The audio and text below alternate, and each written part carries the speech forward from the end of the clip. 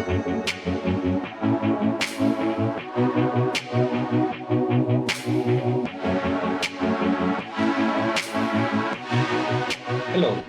my name is Wytse Kaastra and I'm a managing director at Accenture, responsible for our sustainable business across Europe.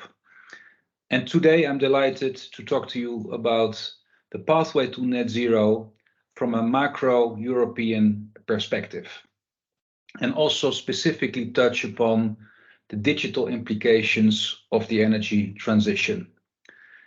But let's start with the basics on where we are today.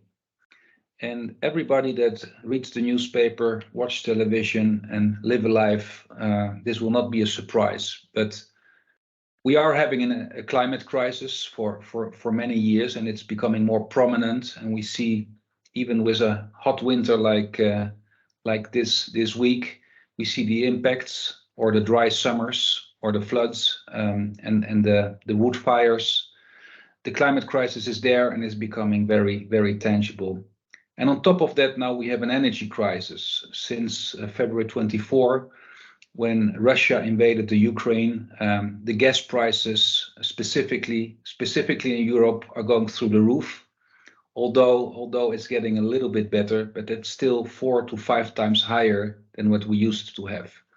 And that's impacting everything we do, not only our energy consumption for the heating and cooling of our homes, but also the price of energy in many goods and services, assuming that more than 80–90% of every product has some form or shape an energy component. And next to that, we have the geopolitical rebaselining with a new relationship towards Russia, more pressure and relationship towards China, and also after the Trump era, I would say a new relationship with North America. And that puts Europe in a very delicate and difficult situation. But positively said, I think we also have a lot of opportunity to implement at speed the energy transition and decarbonize as fast as we can, and becoming independent from Russian gas. But next to that, also to reinvent the way we do business around principles of circularity, and also taking much more care around nature and biodiversity. And the good thing is that in Europe, we have a lot of incentives and incentive schemes and regulation to support that, whether it's the Next Generation EU, the Circular Economy Plan, or the Repower EU that helps to accelerate the energy transition. And that's profoundly changing the European way we do business and the way our industry is structured, with a strong focus on direct and indirect electrification, on energy efficiency, moving to renewables, adoption of e-mobility, working with green hydrogen, and now nuclear is back on stage again with some very promising new technologies around small modular reactors. But also to build a new way of agriculture, to have our products and services much more traceable, and moving towards a resilient, independent and secure Europe, all taking care about social pressure and equity, because it needs to be a just transition, taking care of everybody and every single human in the transformation. So we are moving into this interconnected, multipolar world with many transitions happening in parallel. But the good thing is they point all in the same direction. So whether it's the climate crisis, the energy crisis, or geopolitics, it's all pointing in the same direction, is to becoming net zero, circular, and nature and biodiversity responsible continent. And just to illustrate a little bit the impact of the energy prices, if you see here the graph, the green dots are the energy prices in Germany and France at the peak of the gas prices in last summer, then moving a little bit back, and also the past couple of weeks it's getting lower and lower, but we are still massively more expensive than the United States, which is a problem for our citizens, but more importantly, or as important, it's a problem for our industries. In Europe, we have a lot of heavy energy industries that have been able to be very profitable, good companies on the back of cheap natural gas, to a large extent coming from Russia. But that is finished, and it's not likely that we're going to see that back again, which puts our energy prices at 4 or 5 times higher than we used to have, and certainly much higher than what we see in the United States. And just to illustrate how it impacts industries, you see here on the map some examples of industries that have been stopped completely or will move out of Europe or are not profitable at all at the current energy prices. And we can sustain it for a couple of months, but we can't sustain this for 10, 20 years. So with the current energy prices, we run the risk, and actually it's happening, that companies will leave Europe to rebuild their businesses, potentially in the United States or in Asia. And I'm not going to drain all these examples, but you can see fertilizer companies, aluminium companies, steel companies, glass companies that are already shutting down their operations because the price of energy is just too high. And you can say, well, who cares? But these are all fundamental industries for the rest of the industries. So basically the price of our products are getting an uplift in a time of inflation. It's getting even more inflation due to the energy crisis. And there are a lot of jobs related to it. If these industries move outside of Europe for a long structural way, we will see impact on our jobs, which is a problem. I'm sure you're aware, but I thought to share it explicitly here with this slide. So taking one step back again, what's the macro perspective that we try to change, coming from a net zero energy transition perspective? And this is a very simple picture to illustrate that on the left side, you see the energy supply companies, which is the oil and gas companies, the utility companies providing the power. In the middle, you see the infrastructure and the energy markets. These are also companies and part of the ecosystem. And on the right side, you see the energy consumers, starting with the heavy energy consumers like chemicals and steels and glass, the ones that are now shutting down their businesses. And after them, you see the industrials and automotive companies using a lot of energy as well, still, I would say, in survival mode. And then we move to retail, consumer good businesses, and finally the end customer. And if we want to change this energy system, we need to change the supply side and we need to decarbonize the demand side. And it's a process that needs to happen in parallel with the infrastructure in the middle, because that's the only way we can decarbonize our full economy, enabled and powered by new clean technologies. I think the good news is most of the technologies we need are already there. Sometimes they're still too expensive, so we need to see economies of scale, scaling up the volumes, bringing down the cost, and then it becomes affordable, just like we have seen with solar and wind. But we also need digital technologies to enable the transformation, because it's all around data, it's around traceability, it's around transparency, and it's also enabling new business models using digital platforms. So that's a really core ingredient next to clean technology. It also needs new policies and regulation to provide the right incentives and the right regulatory framework to make these businesses, to enable the right pivot of these businesses and make sure they can continue to create value in a new environment. And finally, we need capital, finance. The amount of investments in euros is staggering. This will be the biggest transformation Europe has seen since World War II. And it will be around trillions of euros being deployed in the next 10 to 20 years in Europe to rebuild infrastructure, to rebuild factories, and change the way our industries are organized. So that requires a lot of green capital, and it requires return on investment, because everybody needs to make a profit. The business cases need to be sound.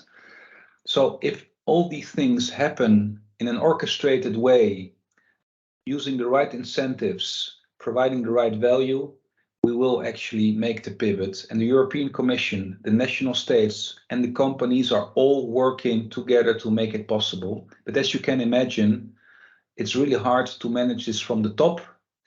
There's a massive complication or complexity in the way industries and networks are working. So everybody needs to make their part in this big transformation. So zooming in on the companies, the industries, the commercial companies making the transition, because the government will provide the regulatory framework, they will provide some incentives, but at the end of the day, the industries, the companies are the real change agents. They need to make it possible. And what you see here is a survey amongst our top 2,000 companies within Accenture, which are typically the top 2,000 companies globally anyway. And we see that 34% of these companies has made a pledge to net zero. The good news, it's higher than it was last year. The bad news is we are still missing 66% of companies that do not have a net zero target. I must say these are global numbers, so for Europe the number is looking better, but still there is a gap. We believe that every company should have a clear target when to become net zero and also how to become net zero. And that's the second data point that in our analysis that we did is that 93% of the company that has a target is at the moment behind meeting that target. So they have a target, but we are predicting that with the current activities and the current pace, they will not be able to meet those targets. So the message is here, massive acceleration is needed, both on setting the targets, but also developing very clear roadmaps and accelerating those roadmaps, because at the current pace, we will just not make it. So two very simple numbers, but I think it tells a lot of the story. We did also a more specific industry view. And these are the industries, you will recognize them from utilities, banking, health, industrial, high tech, that we serve from an Accenture perspective. And some industries are actually in a pretty good shape in terms of having a target and being also able to make that target. And let me point out specifically the utility industry here, where I think the industry has done a great job in pivoting towards net zero already a decade ago, and now we start to see the impacts.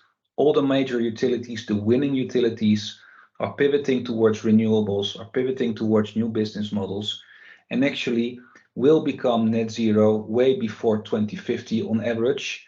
And the industry is in some areas even above, ahead of the target. And that's good news because they sit at the supply side. But many of the other industries, you will see that they are just lagging. They might set targets for 2030, but our expectation is that at the current pace, they will not be able to make it in time, and they need to accelerate. And it's specifically on the right side of the slide, where you see the red bubble, you see the energy intensive industries, not being utilities, at the moment really being behind, and where acceleration and more action is needed. Again, these are global numbers, average numbers, so don't take it too personal if you're representing one of these industries, but I think it says something about the state of our economy and the state of where we are in terms of becoming net zero as a continent and also from a global perspective. I borrowed these two graphs from Bloomberg New Energy Finance because I really like them, and they always do a great job in providing the charts and the data points on where we are in terms of energy transition. And here you see basically two scenarios. One scenario is, my own words here, is a bit, let's continue to do what we do today, where you see that the emissions by 2050 will drop with 28%, but actually that we are still not meeting the targets we have as a continent, and you will still see a very large part of fossil fuel in the mix.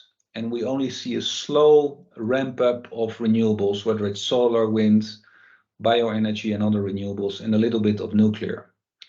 And the right scenario is what we should do. And again, nobody can predict the future, and you can argue it should be a little bit more nuclear and less renewables or something like that. But the picture is clear. Massive, radical, compressed transformation is needed in order to become net zero in 2050. And a massive ramp up of renewables is needed to meet that target. So another way to illustrate on where we are and what needs to be done. So what are very tangible things that industries can do? And here I'm specifically addressing the demand side of the industries. So think about industrials, automotive, chemical companies, retail companies, etc. And this graph is a very simple way to say start with energy efficiency, because all the energy you do not consume is the best energy, right? You don't consume it, it's you don't spend the money, and it's not emitting any CO2. The next wave, and it can happen in parallel, of course, is moving to clean technologies and deep electrification. Electrification is the best way to become net zero. Why? Because if you power your plants and your buildings with green electricity that has been generated with wind and solar and potentially nuclear, is the best way to decarbonize your manufacturing. So electrification, if there is one thing I want you to remember, electrification of everything we do, from households to cars, and even to airlines, airplanes, and manufacturing is the way to go within the possibilities. And we have some hard to abate sectors where the energy intensity is so high that straight electrification do not work. But there you can consider things like hydrogen. Hydrogen being a clean, specifically green hydrogen produced with wind through electrification, through hydrolysis, you produce green hydrogen, and green hydrogen has the same characteristics as natural gas, simplified, so provides a lot of heat, a lot of energy in a green and decarbonized way. And finally, the holy grail is working towards circular business models, where the waste of one company is the feedstock of another company, and where at the end of the day, the final products get recycled and feed back into a loop of remining, reusing the materials, and where also there is a business incentive to move towards these circular business models, because it creates more value, and actually the margin per CO2 or the margin per unit of output get increased. So that's the roadmap that every industry or and every company needs to build for themselves. There are some very tangible actions that you can start to do now, and there are things that are a little bit more down in the future, in the next 5 to 10 years, that you can start to execute. And the beauty of this, it starts with a cost mindset. Energy efficiency is a great example. Natural gas is extremely expensive at the moment, so the less you use, the more cost effective it is. There is a compliance component with the EU taxonomy and the regulation on plastics. You are just forced to do some activities, but the more you move to the right, the more you're going to reinvent the business model and create value and pivot towards a long-term sustainable business model which can thrive in the global economy.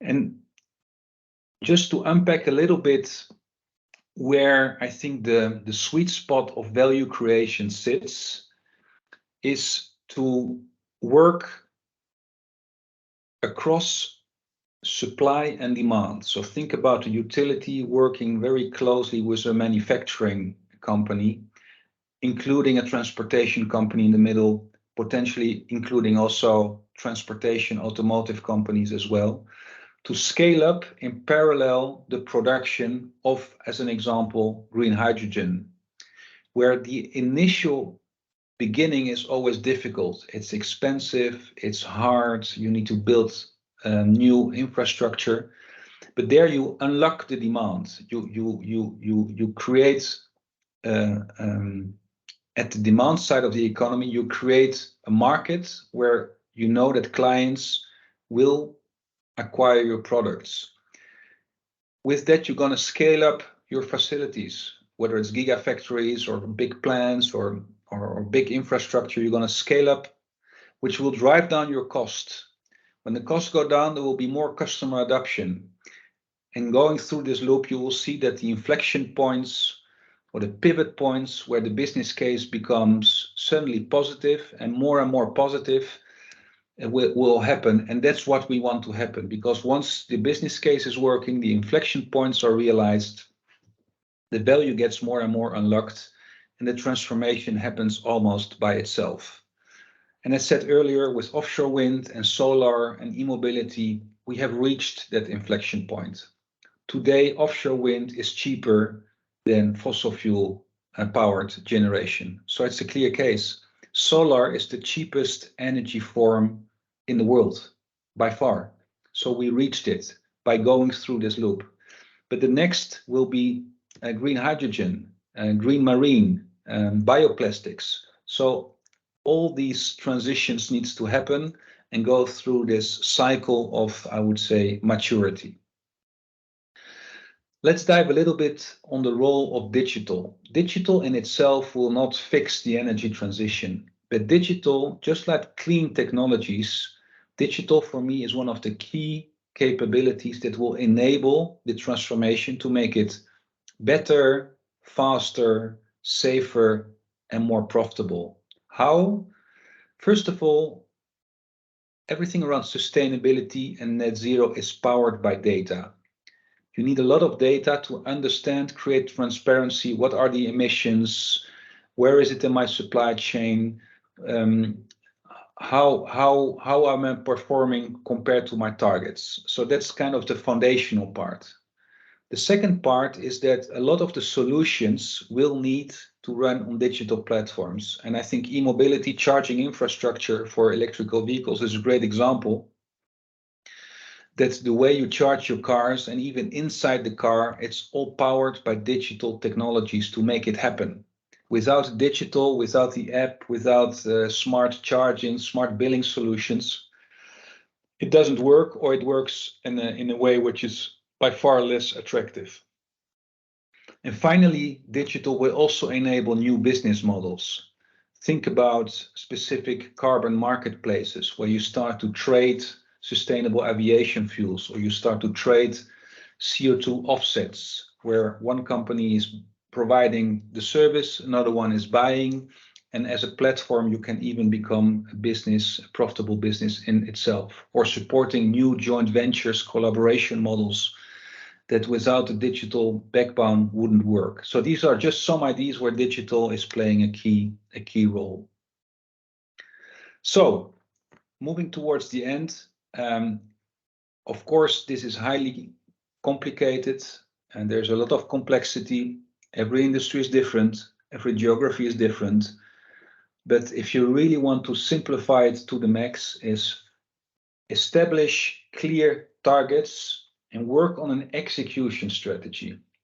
Execution is what it's all about, being very precise in the roadmap and the activities that needs to be performed in order to meet those targets.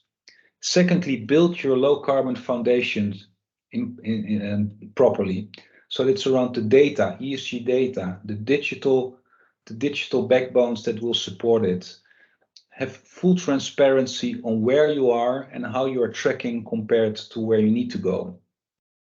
And finally, spend some time, not all, but some time on really reinventing the business model, the circular energy systems, all to become carbon intelligent along the way. So with that, I wish you a great rest of the day. Thank you very much. Goodbye.